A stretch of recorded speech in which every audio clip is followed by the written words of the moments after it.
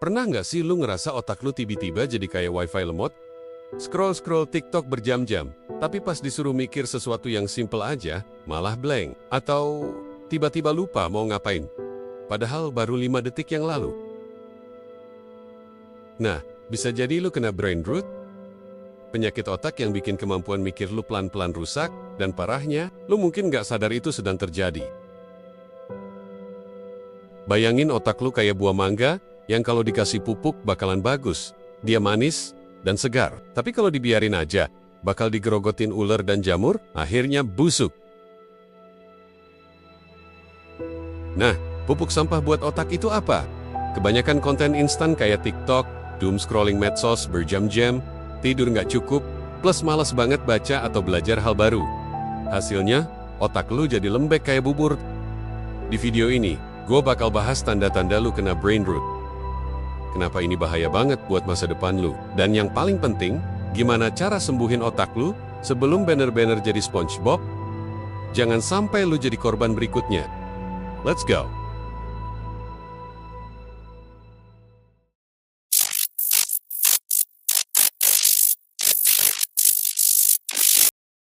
Bayangin, otak lu itu seperti prosesor HP. Kalau dipakai buat main game hand terus-terusan tanpa diistirahatin, lama-lama dia overheat dan performance-nya drop. Nah, brain rot itu mirip kayak kondisi overheat-nya otak lu. Melainkan kebiasaan-kebiasaan sepele yang kita anggap nggak berbahaya. Secara keilmuan, brain rot bukan istilah medis resmi. Tapi para ahli sepakat ini adalah penurunan fungsi kognitif akibat kebiasaan buruk yang terus diulang. Otak kita sebenarnya punya neuroplastisitas atau kemampuan untuk beradaptasi.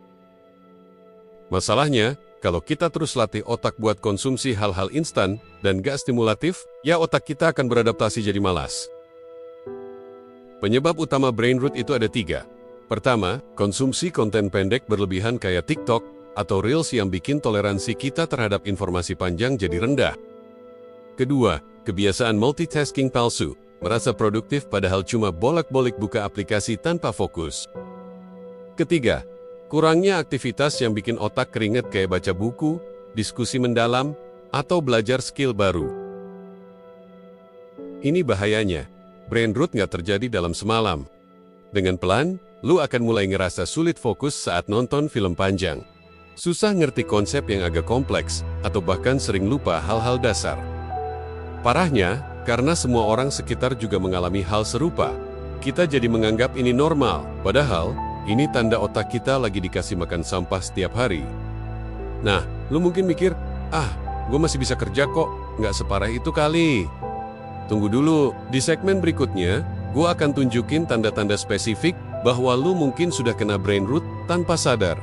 Dan jangan kaget kalau minimal 2 dari 4 tanda ini ada di diri lu.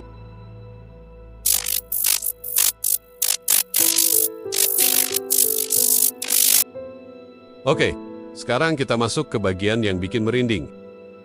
Karena bisa jadi tanpa sadar, otak lu udah mulai membusuk pelan-pelan. Nggak percaya? Coba cek 4 tanda ini satu persatu. Kalau lu ngerasa aduh nih gue banget di lebih dari 2 poin, selamat! Lu resmi korban brain rot.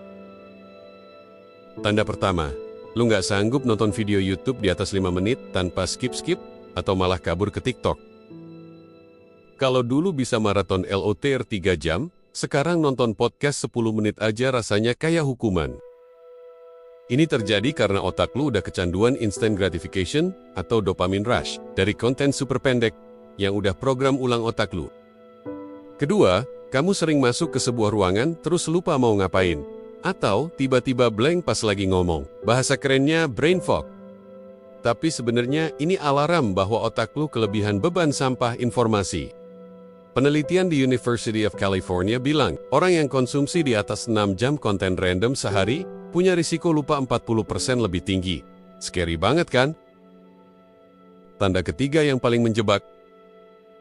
Lu merasa produktif karena bisa kerja sambil nonton Netflix, scroll IG, dan balas chat sekaligus. Padahal, studi MIT membuktikan multitasking itu mitos. Yang ada, cuma task switching yang bikin otak kecapean. Hasilnya, kerjaan 1 jam bisa molor ke 3 jam, tapi lu malah ngeremehin, kok gue sibuk banget ya? Nomor yang keempat, standar hiburan lu turun drastis. Jadi berupa konten receh, kayak prank sampah atau podcast gosip yang jadi cukup menghibur. Nah, kalau sampai sini lu ngerasa tersindir, tunggu dulu. Di segmen terakhir, gue bakal kasih solusi brutal untuk balikin otak lu yang udah keracunanin.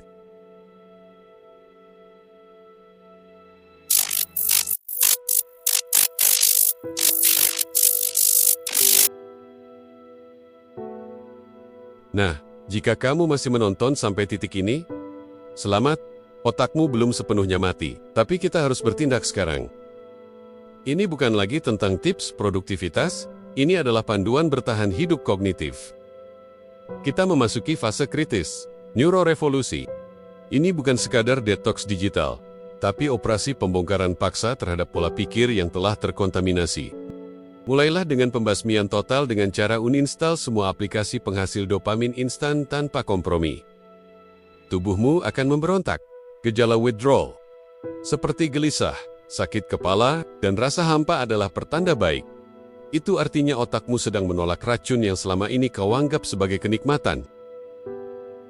Lanjutkan dengan terapi kejut kognitif. Paksa otakmu mengonsumsi konten panjang minimal 30 menit sehari. Baca artikel ilmiah, tonton dokumenter, atau pelajari skill baru tanpa distraksi.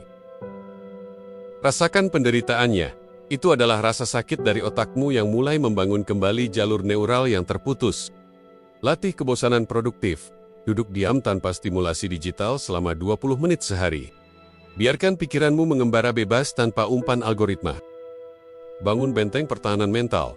Ciptakan zona bebas gadget di kamar tidur. Gunakan aplikasi pengunci situs pengganggu dan terapkan diet informasi ketat.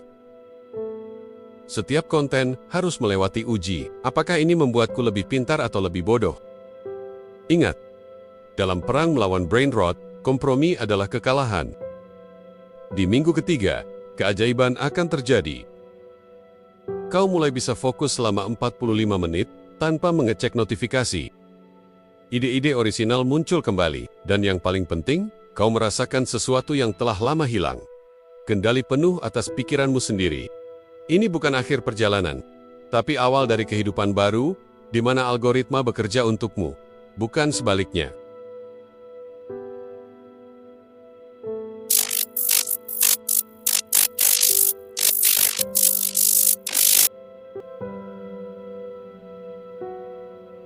Peringatan, jika setelah 30 hari, kau masih merasa video 15 detik terlalu panjang, berarti otakmu mungkin sudah terluka permanen. Tapi, selama masih bisa mendengarkan video ini sampai akhir, semoga harapan itu masih ada. Ini adalah peringatan terakhirmu. Dalam 5 tahun, dunia akan terbelah menjadi dua. Mereka yang menguasai algoritma, dan mereka yang dikuasai algoritma. Kamu sedang berdiri di garis batas itu sekarang. Bayangkan ini masa depanmu jika terus begini. Otakmu begitu lemah sampai tidak bisa memahami buku anak SD. Setiap ide orisinal mati sebelum sempat berkembang. Kamu menjadi budak dopamin, bekerja hanya untuk bisa kembali scroll konten sampah. Kamu punya senjata yang paling minimal. Pertama, bom waktu analog dengan atur timer 2 jam atau hari untuk konten sampah. Kedua, peluru buku dengan cara baca 5 halaman sebelum buka sosmed.